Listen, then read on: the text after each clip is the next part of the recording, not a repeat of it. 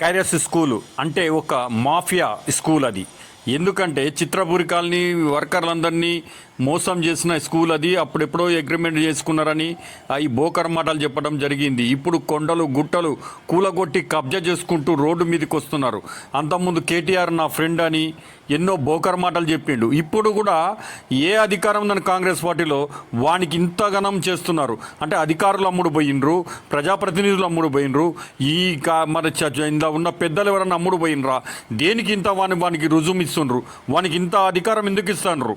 వీడు ఏంది వీడు చూడండి ఎంత జాగా మొత్తం కబ్జా చేస్తాండ్రు. మున్సిపాలిటీ ఏం చేస్తుంది? గుట్టలకు సంబంధించిన అధికారులు ఏం చేస్తాండ్రు? వీళ్ళంతా అమ్ముడు పోయినరా? చైర్మన్ ఏం చేస్తాడు? వైస్ చైర్మన్ ఏం చేస్తాడు? కౌన్సిలర్లు ఏం చేస్తాండ్రు?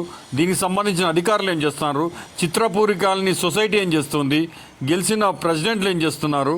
దీన్ని ఏం చేస్తున్నారు? ఎందుకంటే వీడంటే భయపడుతున్నారా? వీడంటే పిషప్ పోసుకుంటున్నారా?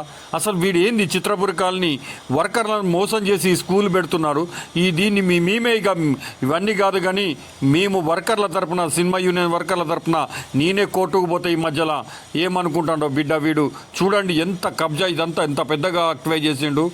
ఈ స్కూల్ కాబట్టి అంటే ఏదో అంటే నీకు అసలు అగ్రిమెంట్ ఎవరిచ్చిండు? వేరే కాడ పెట్టుకోమని చెప్తున్నాం కదా.